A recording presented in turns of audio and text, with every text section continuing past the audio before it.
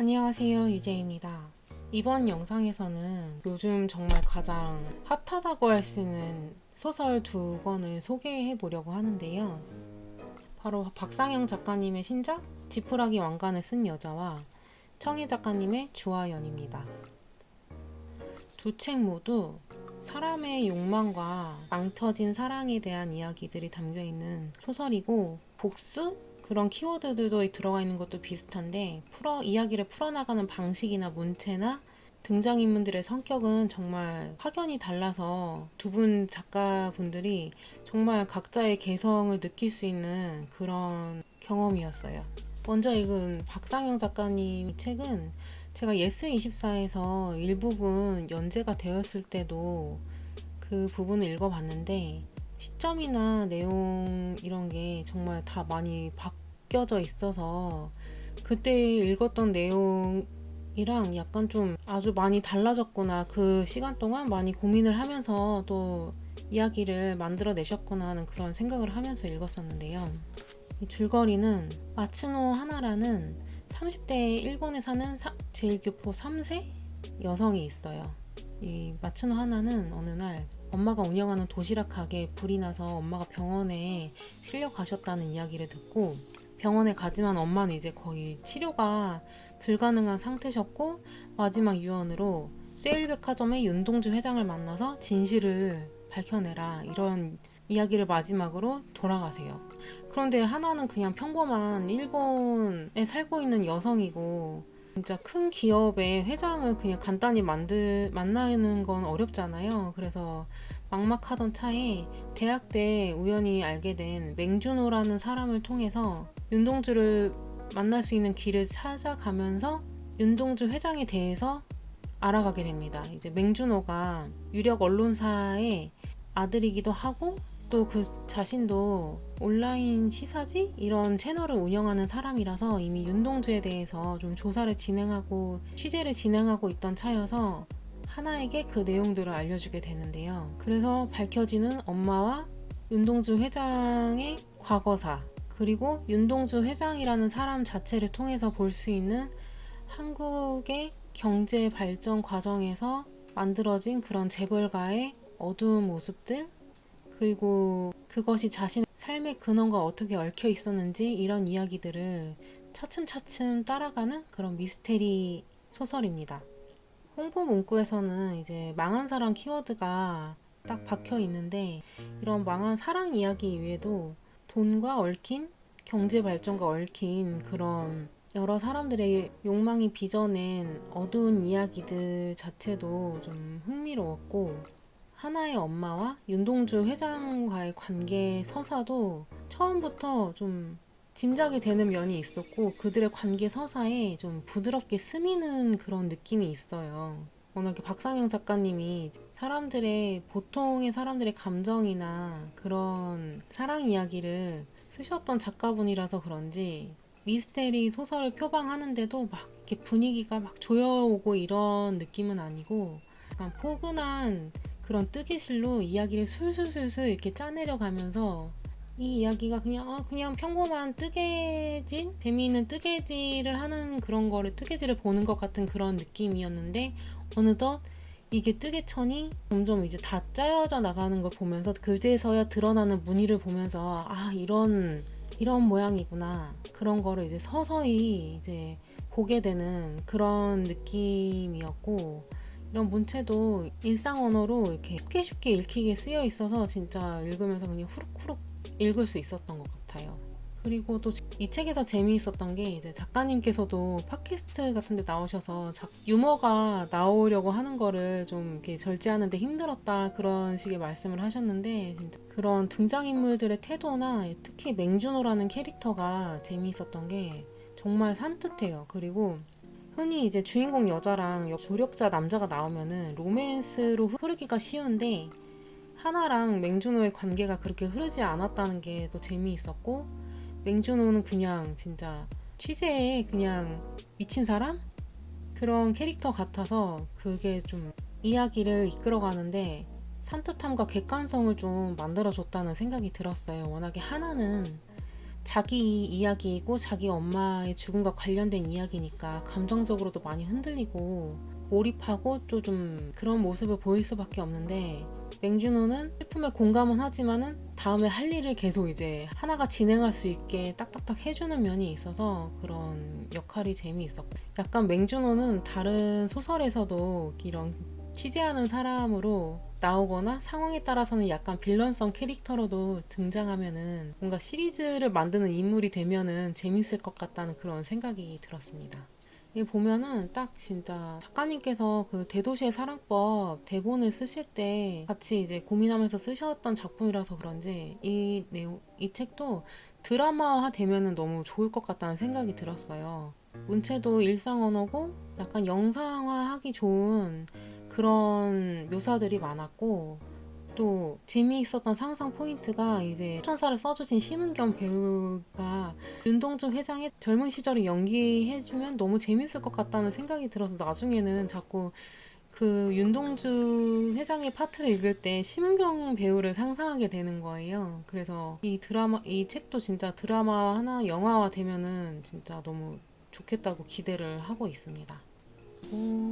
청일 작가님의 주화연은 줄거리가 이제 주희라는 아이가 있는데 아빠가 바람을 펴요. 그래서 엄마랑 자기를 버리고 불륜녀랑 결혼을 하려고 하는 거죠. 그래서 주희는 복수를 다짐하고 자살을 해서 그 불륜녀와 아빠의 새로운 자녀로 연린이라는 딸로 다시 태어나요. 그래서 근데 과거의 기억을 가지고 있기 때문에 껍데기는 연린이지만 내면은 주희로서 어릴 때부터 이 불륜녀의 가정을 망가뜨리기 위해서 차근차근 아이의 얼굴을 하고 복수를 실행을 해 나가요. 그 과정에서 만난 은정이라는 친구에게 복수의 도움을 받기도 하고, 또 그 친구와도 관계의 서사가 생기면서 이야기가 복수극 이상의 좀 확장되는 부분이 있는데, 이제 박상영 작가님 책이 좀 술술술 이제 풀려나가는 이야기이고, 또 이야기 결말에서도 좀 이야기가 마무리되고 그 다음에 주인공이 자신의 새로운 삶을 좀 이어나가는 느낌이라면, 청해 작가님의 이 책은 같은 이야기가 반복되는 그런 구조를 가지고 있어서 결말에서 어떤 시원함이나 해방감보다는 약간 찝찝하고 괴롭고, 그치만은 이 연린이가 걸어가는 행동의 궤적을 보면은 그렇게 될 수밖에 없지 않았을까? 그렇게 좀 이야기가 이어지는 부분이 있어요.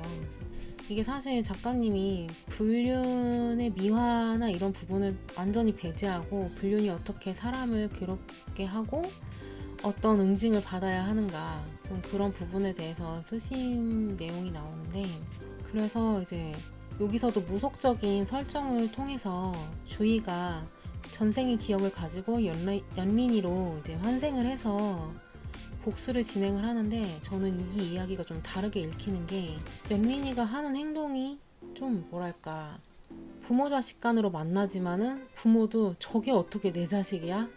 내 자식이 나한테 어떻게 이럴 수가 있지? 이런 생각이 들게 하는 자식들을 만날 때가 있고, 또 자식들도 내 부모 왜 저래? 너무 수치스러워. 이렇게 생각을 하게 하는 부모를 만날 때도 있잖아요. 부모 자식 간이지만 이건 진짜 악연이다. 이런 생각이 들게 하는 그런 관계성을 가지게 되는 부모와 자식 지간들이 있는데, 좀 부모 입장에서 너무나도 기대를 했지만 악귀처럼 변해버린 자식의 입장에서 그 자식이 이제 만들어낸 어떤 자신의 상상 속의 이야기, 새로운 이야기, 자신의 새로운 설정이라고 생각을 해보는 것도 재밌겠다는 생각이 들었어요. 이 소설 자체에서 사실 내면의 주체는 주이지만 사실 이거는 연린이가 생각을 해서 이야기를 하는 거죠. 그래서 내 부모가, 나는 어렸을 때 똑똑했는데 커가면서는 내 부모의 기대에 부응하지 못했고, 자신들의 기대에 부응하지 못하는 자신을 비난하는 부모에게 복수심을 가지게 되고, 또 그 자신의 부모가 불륜으로 인해서 이루어졌다는 걸 알면서 또 마음에 깊은 수치심을 가지게 되면서, 아예 나는 그 아빠가 불륜하기 이전에 있었던 딸이다. 그 딸의 환생이다. 그래서 나는 복수를 할 거야. 이런 마음의 어떤 망상적인 그런 상상으로 이런 자신의 캐릭터를 설정을 해서 부모에게 복수를 하는 그런 내용으로 봐도 좀 재미있을 것 같았어요. 사실 연린이가 진짜 부모에게 하는 게 진짜 못됐거든요. 자식의 탈을 쓰고 할 수 있는 못된 건 다 하거든요. 그래서 좀 그렇게도 부모에게 실망하고 기대에 어긋나서 비난을 받아서 상처받은 자식의 입장에서 만들어진 설정으로 읽어봐도 참 재미있다는 그런 생각이 들었고, 또 여기서 재미있는 관계 서사가 이제 연린이랑 은정이의 관계인데, 이 둘의 이야기는 좀 책을 직접 읽어보시면 좋을 것 같아요. 그들의 관계에서 정말 연린이가 잘못한 건가? 은정이의 선택은 정말 그럴 수밖에 없었나? 그냥 서로 둘의 관계는 우정인가? 그냥 서로의 고통을 전가하고 각자의 복수심, 욕망을 위해서 서로의 존재를 이용한 건가? 그냥 자신을 스스로 감당 못해서 의존했던 건 아닌가? 그런 좀 정말 약간 불건강한 관계의 모습을 보는 것 같아서, 이게 읽으면서 그들의 그 연린이와 은정의 관계도 좀 답답하게 읽히는 면이 좀 많이 있었어요. 청해 작가님 소설은 제가 밀리에서 오렌지와 빵칼을 읽고 이제 두 번째 읽었는데, 오렌지와 빵칼에서도 느꼈지만은 이분은 약간 뭐랄까 좀 답답하고 좀 읽으면서 약간 마음이 편한 느낌은 아니에요. 이게 약간 문체나 이런 표현 묘사 같은 것도 막 날카로운 느낌도, 이게 칼날 같은 것도 아니고 막 돌 얼음을 약간 조각조각 날카롭게 깨트려서 그걸 자꾸 입에 넣는 느낌이거든요. 좀 그런 느낌이어서 되게 차갑고 입에 넣으면 아프고, 근데 어느 순간 서서히 녹아들어서 삼키는데 또 그 약간 좀 이게 맑은 물도 아니고 어딘가 약간 비리고 쿰쿰한 그런 물로 얼린 얼음을 먹은 느낌이어서 되게 몰입감 있게 읽을 수 있는 소설이기는 하지만은 감정 소모는 좀 있는 그런 책이라는 감상이 들었습니다. 개인적으로는 청해 작가님의 오렌지와 빵칼이 설정도 재미있고 느낌이 뭐랄까 깔끔하다 그래야 되나요? 그런 깔끔한 느낌이 있어서 좀 더 그쪽이 좀 더 저는 취향이었어요. 이렇게 두 권의 책 내용을 이야기를 해봤는데요. 이 책들을 같이 얘기를 해보니까 하나같이 어딘가 망친 사랑? 망쳐진 사랑? 그런 사랑 이야기들이 많이 담겨져 있는 그런 이야기들이었다는 생각이 들었습니다. 두 책 다 읽기 시작하면은 그냥 쭉 읽게 돼요. 근데 중간에 끊으면은 다시 시작할 엄두는 조금 내기 힘든 내용일 수도 있으니까 구매를 하시면은 시간 여유를 두고 자리를 편한 자세를 잡고 앉아서 독서를 시작해보시면 좋겠다고 권해드리고 싶습니다. 이번 책 소개 영상은 여기까지이고요. 저는 다음 영상 가지고 돌아오겠습니다. 시청해주셔서 감사합니다.